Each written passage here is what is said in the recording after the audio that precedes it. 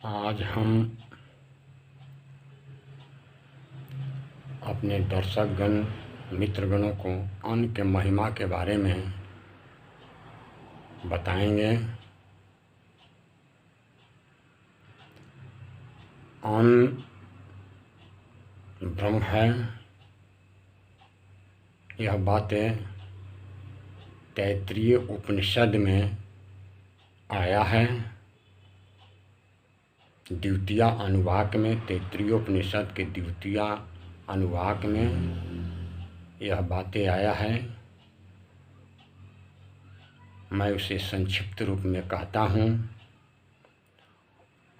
अन्न से ही व्यक्ति उत्पन्न होता है या अन्न से ही प्रजा उत्पन्न होती है और उसी से वृद्धि को पाता है और अंत में अन्न में ही लय हो जाता है। यानी अन्न से ही उत्पन्न होता है, अन्न से ही वृद्धि को पाता है और अन्न में ही लय हो जाता है। अन्न खाते हैं, वज्र बनता है, उससे हमारा जन्म होता है।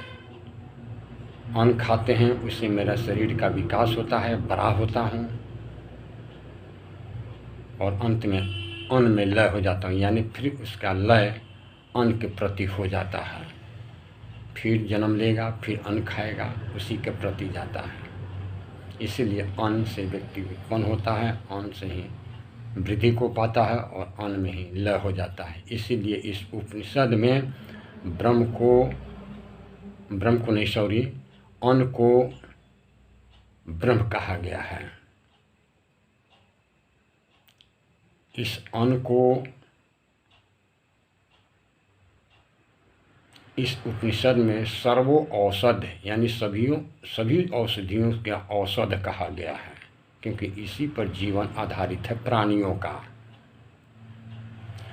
शिव पुराण में, शिव सहस्त्र नामावली में भगवान शिव को महाऔषधि और अन्नमय कहा गया है। तो अन्न ब्रह्म है या शिव हैं, यह जान जाइए। इसलिए जो व्यक्ति अन्न ब्रह्म है इस प्रकार उपासना करता है तो तैत्तिरीय उपनिषद के अनुसार यानी वेदवाणी के अनुसार अन्न की कमी नहीं होता है। यह अन्न सभी प्राणियों में अग्रज है, यानी सबसे प्रधान है। इसके बिना कोई प्राणी वृद्धि को प्राप्त नहीं कर सकता, न उत्पन्न हो सकता। इसलिए इसे अन्न को ब्रह्म कहा गया है। अन्न को कभी निंदा नहीं करना चाहिए।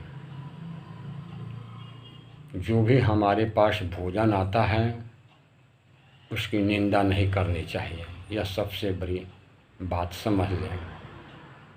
जो भी आता है अन्न हमारे प्रारब्ध के अनुसार आता है,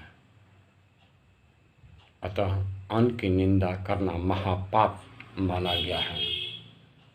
अतः अन्न की निंदा न करें। अन्न ब्रह्म है क्योंकि सभी औषधियों का औषधि है। जिस प्रकार रोग की निवृत्ति के लिए हम भौतिक दवा खाकर शरीर को निरोग बनाते हैं, उसी तरह अगर अन्न नहीं खाया जाए तो व्यक्ति का अनेकों रोग ग्रसित कर लेता है। इसलिए अन्न को महाऔषधि कहा गया है, ज्येष्ठ कहा गया है, प्रधान कहा गया है इस उपनिषद में। अतः यह वेदवाणी है, इसे कोई काट नहीं सकता।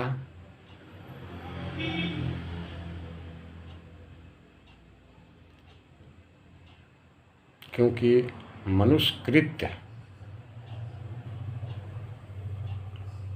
कोई भी मत हो तो उसे लोग अपने मत के अनुसार काट सकता है, आलोचना कर सकता है, लेकिन वेदवाणी अपौरुष्य है, किसी विशेष व्यक्ति द्वारा नहीं है, इसलिए इसे काट नहीं। यह ईश्वर वाणी है, वेदवाणी अर्थात ईश्वर वाणी है।